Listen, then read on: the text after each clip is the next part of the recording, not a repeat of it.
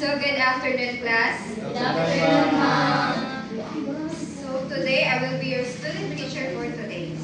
So, before we start our discussion, I have here an activity. So, please get 1/4 sheet of paper. Then, for each statement, 1 to 5, write only true or false. So, please, class, wala ka ng Recorded, di ma'am? Para makaproceed ka sa akin. So, I will give you 2 minutes. So, kumana, class? Yes, ma'am. Kumana. So, let's see kung ang inyong answer is correct ba. So, magtawag mo students diri. So, I think Miss Montaner, kung masay on. So my answer, ma'am, is number 1 ako, ma'am, kay false. Kay dili tanan. Dili tanan accurate and free from bias. Number 2 lang ako kay true.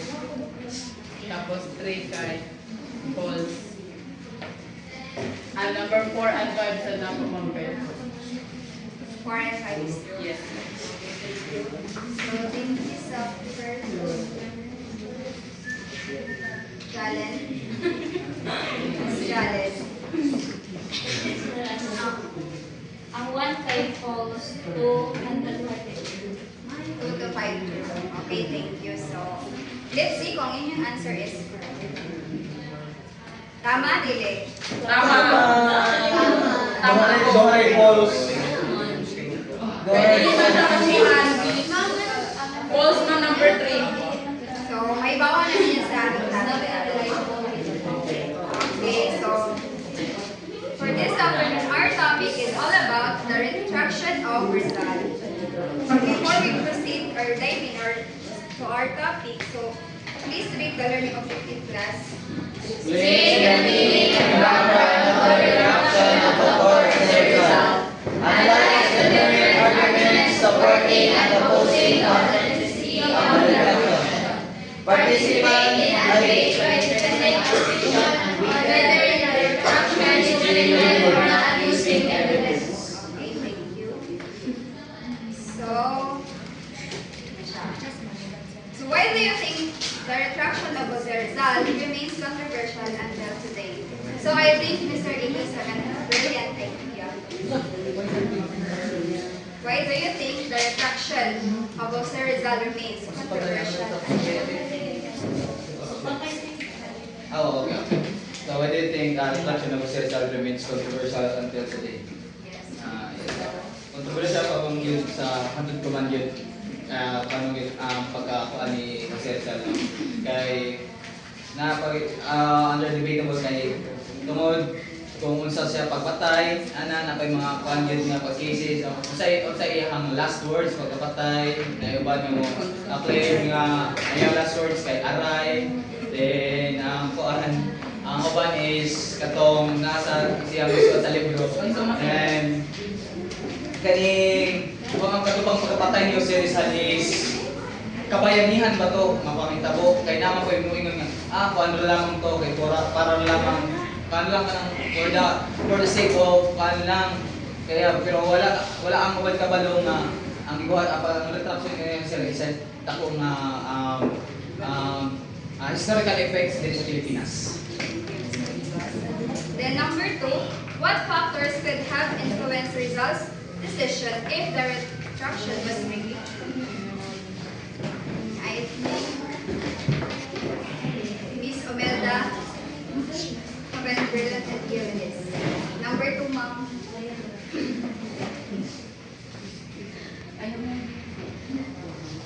So, wala siya idea. Miss Elisana? Number 2. Kindly answer. So, it's a really brilliant idea or idea na good, di ko say wrong or mali na o ideas mo wrong. Miss Rizalier.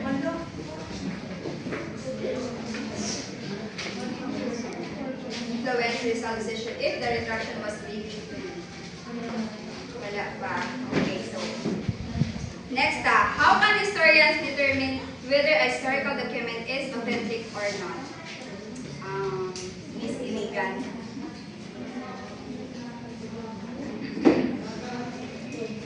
Para sa inyo, ma'am, how can historian determine daw whether a historical document is authentic or hindi?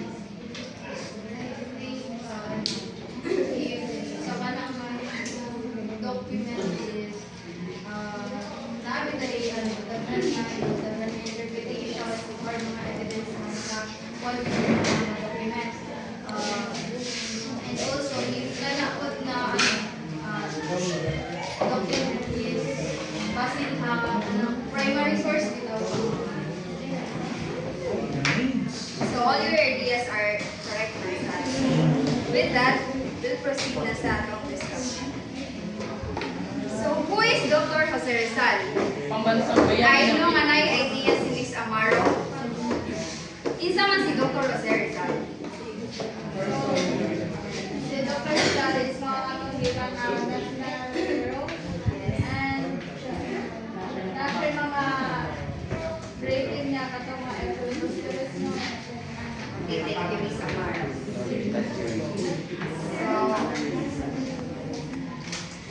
So si Dr. Jose Protasio Rizal Mercado Y. Alonso Realonga, or known as Dr. Jose Rizal, isa siya kang Filipino writer, our national hero, and reformist. So also may reformist third class. Ang reformist is isa sa ka change or improve system in a peaceful way. Also, nag-author siya sa novel nga Nolim ni Tangheri and El Filibusterismo. Once si Rizal raised and baptized sa Catholic, he became a highly critical of the church due to corruption, exploitation with friars, of forced labor na ginahimo sa Spanish colonial rule. And with this, ang iyang mga works na inspired sa Filipino struggle to reform and eventually naghimog independence from Spanish rule. So next, so unsa man jud ang retraction? I think Miss Abreu na idea ani ma'am. Retraction. I think when you say retraction is that is with something withdrawal in the statement. Yes, you got the point ma'am.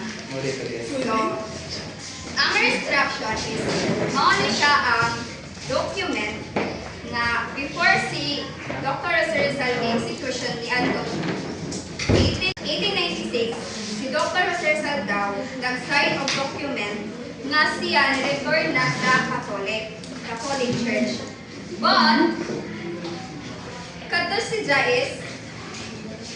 kadto nga document is na-renounced because of his previous writings of criticism of the Church and Spanish authority. So within this, naay mga controversial nga. The first one is authenticity and importance of the retraction. So kindly please read everyone. Some believe the retraction is genuine and significant. They argue that the result motivated by avoiding violence and show loyalty to the Catholic Church. Supporters see it as a sign of maturity, pragmatism, and desire for a peaceful solution to the country's struggle. So katong document ni Dr. Rizal nga siya daw is ni kuana sa Catholic gani. Na document nga nag-write daw si Dr. Rizal before siya gi-execution na ibalik na siya sa Catholic Church. But some believe nga ang retraction kuno is genuine of God. Pero the-argue gihapon hangtod karon ang mga historian because kadto daw na mga kadto nga document is wala ibaw kung authentic pa siya or hindi. And then, ang mga supporters po, nagtanaw nga, kadto daw nga himo ni Rizal is a sign na maturity siya, pragmatism o desire para mag-peaceful solution sa atong nasod, which is i-control mata diba sa Spanish rule kanang time.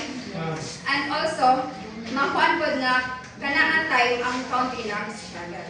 So, ang the next one also is ang doubts and skepticism about the retraction. So please read everyone. Some question the authenticity of the retraction arguing that Jose Rizal may have been pressured by Spanish authorities and Catholic Church. Skeptics believe it was possibly forced or propagated, and that his belief in freedom and justice never changed. The issue remains debated, showing the complexity of history and empiric interpretations of Rizal's legacy.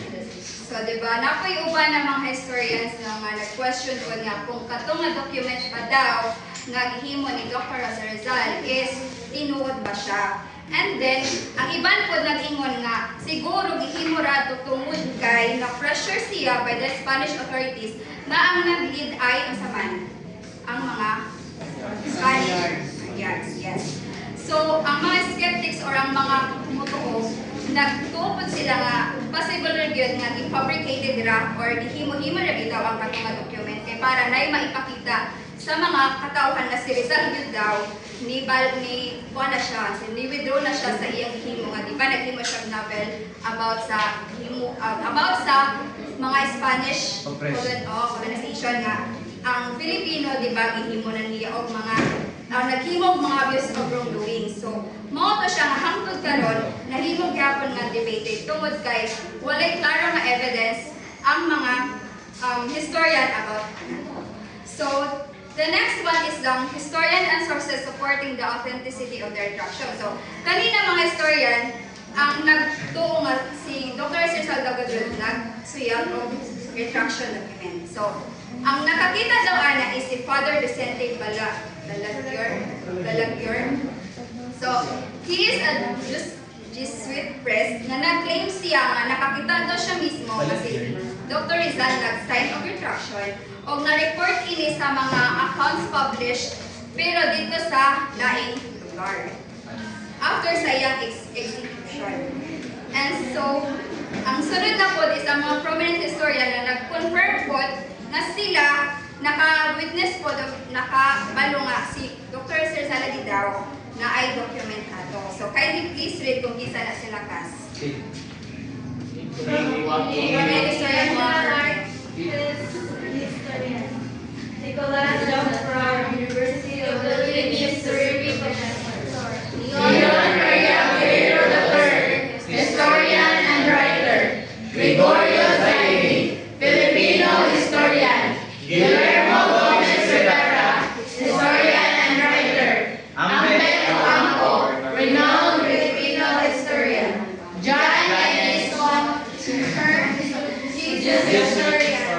Antonio M. Molina, Paul Dumont, researchers who have written a document as a human. Okay, thank you. So, sila na mga prominent historian po ang seconded kang Father Vicente Balaguer nga nakawitness na po sila o nakabalo nga naka-retraction daw si Dr. Rizal.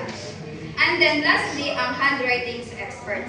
So, kani si Chodoro Calao, si Otley Bayer o si Jose I. Del Rosario nga mga expert sila about handwriting, nag-ingon nga ilang examine ang retraction ni Jose Rizal. And then ilan nakita daw or ilan na-judge nga kato daw is tinuod, genuine. Based daw sa handwriting comparison ni Dr. Rizal sa novel nga iyang isulat. So, mao sila no ang mga historian and sources nga nag-support nga authenticity ang retraction. So, dili na punta sa mga historian at evidence questioning or nag-reject about sa retraction. So, ang number one is ang scholars who doubt authenticity. So, number one is si Rafael Palma, a former UP president and Mason. So, nag-ingon siya nga ang katudang retraction narrative ni Dr. Rizal is bias fraud or bakak siya. Ngano, tungod kay nakita nila nga dili daw mupin si Dr. Jose Rizal because of this strong character, di ba? Di ba we all know nga itong Rizal na mga subject natin before, kabalot ang strong sister that in terms sa iyang ipang sulat, di ba, dito sa iyong novel. And then, nagtuod siya nga si Dr. Rizal, dili to niya man. Also, si Frank Laubach, a Protestant minister po, nag-question po sa validity sa katong retraction. Also, si Austin Coites, a British writer, nag-ingon po na kato daw nga retraction is or document is lang evidence siya tungod kay dili inconsistent ang maong ang document. And lastly, si Ricardo Manapat, nga usa ka National Archives Director po, nag-ingon nga katupod nga restriction, nag-cast doubt po siya. So, nasabtan class. Sabtan? Okay, after this, narabay yung activity. So, the next one is the problems with the document's provenance. So, please read everyone. The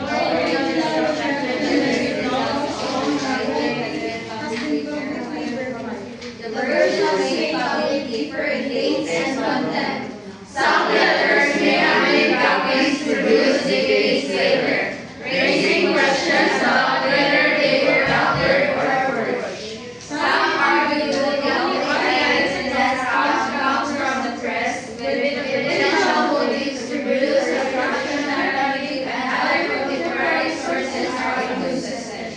Diba? So, kasi na mga problems, no? Katong mga historian bitaw nga ningon sila nga dili daw jud kanang genuine ang retraction ni Rizal. So, nag-ingon jud sila nga na why original retraction letter ni Rizal nga on handwriting nga nahitabo nga gi-public sa karahan. And then ang version nato is gi-public pero gibalik mo replika sa karahan bitaw, dili jud original.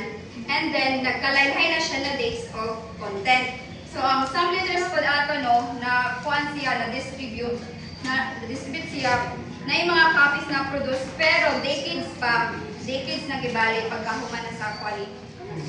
So daghay na raising question kung katubad daw na retraction is either forged or altered. So ang uban pod nag-argue nga ang katong only eyewitness kay di ba ang mga Jesuit press naman o Jesuit press nagkuan pod sila nga siguro nagpotential motive sila nga himo-himo ra pud ko nila ang retraction ni Mr. Rizal. Kay para makuha nila ang kuan bitaw nila nga si Dr. Rizal ni kampi na gid sa Catholic Church. So nasabtan ba class? Sabtan? So now dali na ta sa debate activity. Yes, debate activity na ha. So ang the title is what's the retraction of Mr. Rizal? Then, ang instruction is, divide the class into two groups. So, duha ka grupo mo. So, na isa is authentic, while ang isa is not authentic. So, ang each group mag-discuss o mag-prepare sa arguments by 5 minutes lang. Then, present ang defend both sides. So, ang debate flow niya is opening statement, 2 minutes per group. Argument presentation, review the response for another group, and then closing statement. So, ang mahiman is magbilang lang ka para dili bias, no? So, is 1,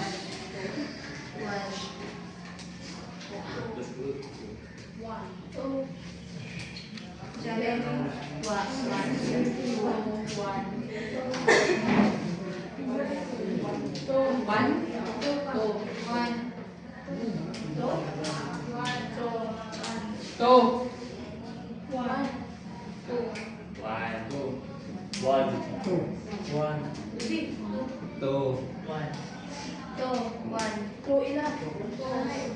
Okay na? So, group yourselves na. Diri ang 1, diri ang 2. Diri ang 1, diri ang 2.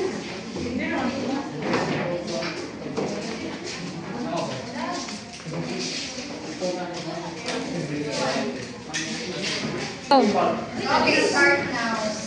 Say mag na.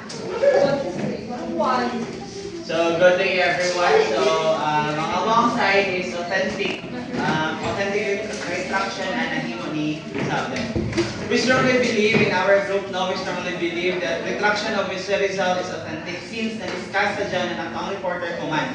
There are historical documents according to the reports and witness testimonies and church records from the Catholic Church and support this claim sa ato mga nabati at ang mga priest na ni-support sa na-authentic kunoan retraction ni Rizal. And this pieces of evidence shows that Rizal signed the retraction before his death and returned to his faith. Therefore, based on these facts, we stand that Rizal's retraction is true and should be accepted as part of our history in the Philippines. Okay, sa amo is not authentic. Nga naman. It is because sa inyong lingon na namin mga document, but wala ang original na document, it is missing. So that is why, this is siya matawag na authentic.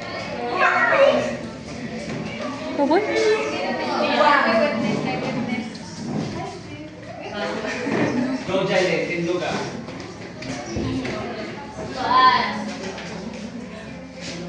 How can you say that it's not true? It's not the original. There are people na kanang naka-discover sa original copy ng 1935 sa retraction paper. Where's your evidence? Okay, shut up. So, gano'n matawag man siya ko teste kung dili say over man ni sa tinuod nga kuan. So, dili asa mo is the signature of the document is questionable.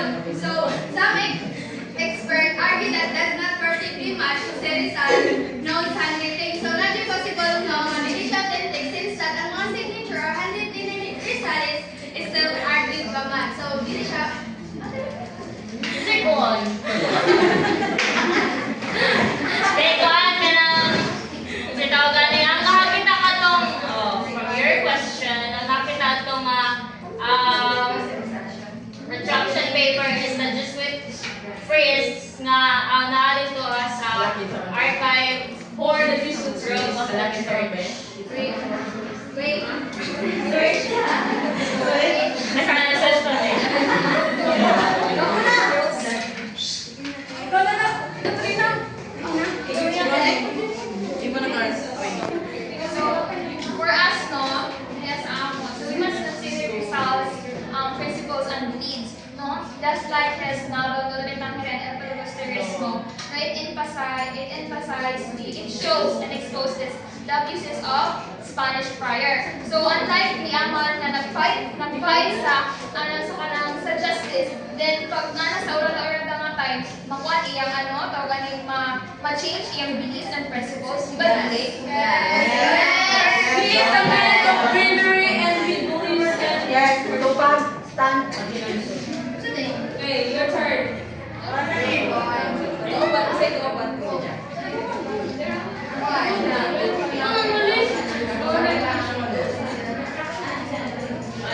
Five, four, three, two, wala. Okay, another, palaban ni.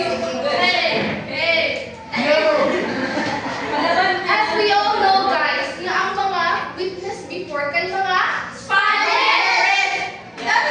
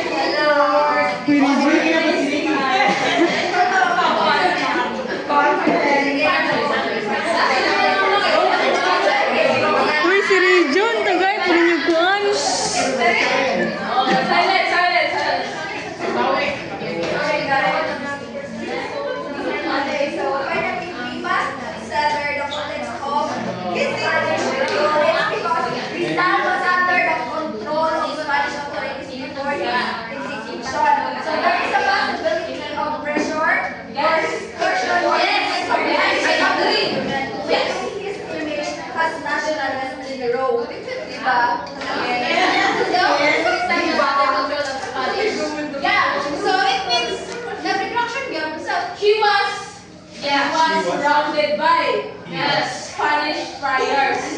And then maybe he was. Wait, you're committing fallacy again. No, I did you say am saying earlier nice thing to you. Did you say earlier that was Juan, a man of God? Yeah. Did you say earlier that Jose Rizal was a Oh my man God. of his word? So how come that Rizal was under in Spanish colonial control? Oh my God. Oh my God.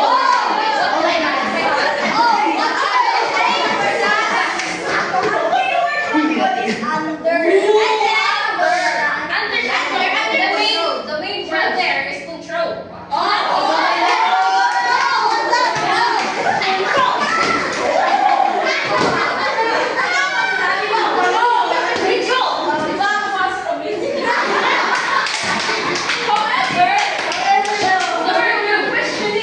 Wait lang. So by that statement, it becomes one-sided and biased. We can tolerate that. Finally, nanay line.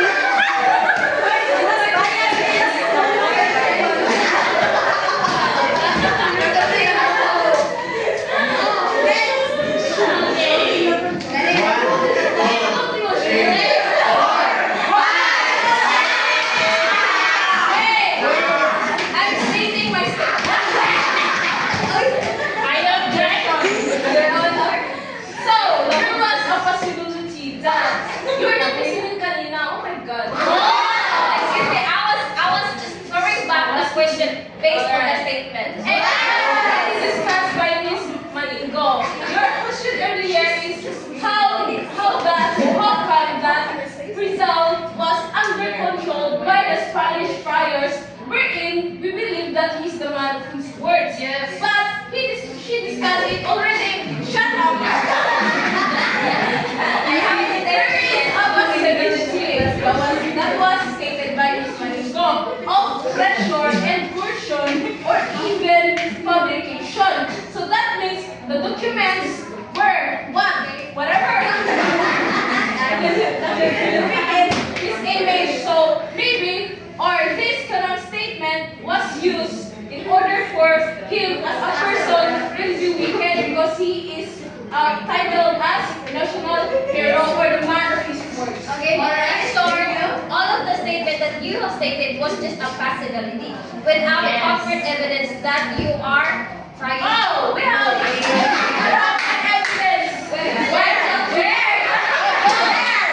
the only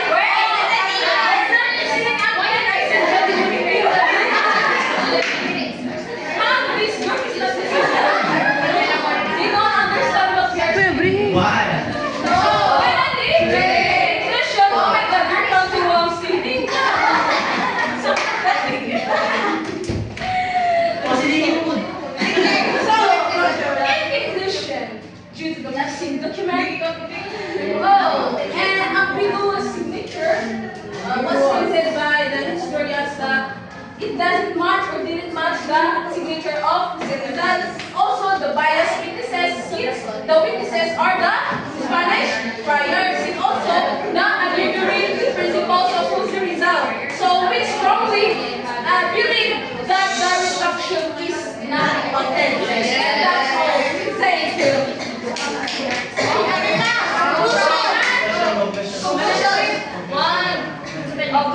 In conclusion, retraction of Jose Rizal is supported by several pieces of historical What are those? such as Jesuit. Sometimes just Don't discriminate. Sacramental records from Holy Church.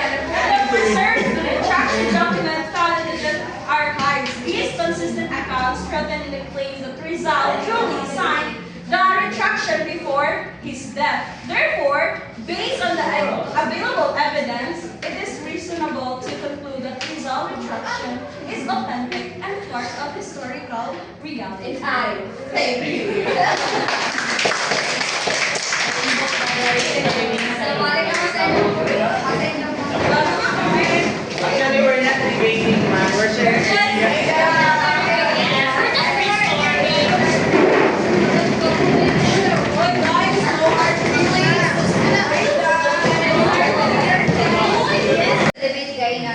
mabawas yun ang inyong mga brilliant ideas, no? With the help of ChatGPT. But of course, thankful ko kay nakasabot ko sa help mo. So, ang criteria, no? Ang idaog is group. Pwede daw. Group 2. Lamang na sila og 1 couple. Lagbang group 2. Kailangan mo 10. Sa clarity of ideas lang is 9 ang direct. At isa mo 9, pag-abot lang sa teamwork ay diri sila magsabi mo good 10 direct. So, mana siya ang score. So, anyone can have a generalization about sa atong topic. I think Miss Bernaldez, ma'am, naka-generalize about sa topic. So, Before ka in my understanding from the topic is that hindi lang dito mag-base sa isa ka information or mga basis na to is dapat ka ng concrete tapos din isa mag-jump into conclusion without examining or evaluating the exact original copies of such document. tama si ko Miss Bernaldez. So, dapat kita as kanang mga Pilipinos, dapat may bawa nato kung unsa jud ang tinuod and authentic kung katubang retraction ni Dr. Cesar is tinuod ba jud siya kay di ba marag hersey lang and then di man pud lang nga nasa ilagi side mga historian mo lang nga authentic siya napayuban mo lang ang dili. So dapat kita will be observant kay of course part man pud siya sa atong history. And I think that's conclude my topic and thank you.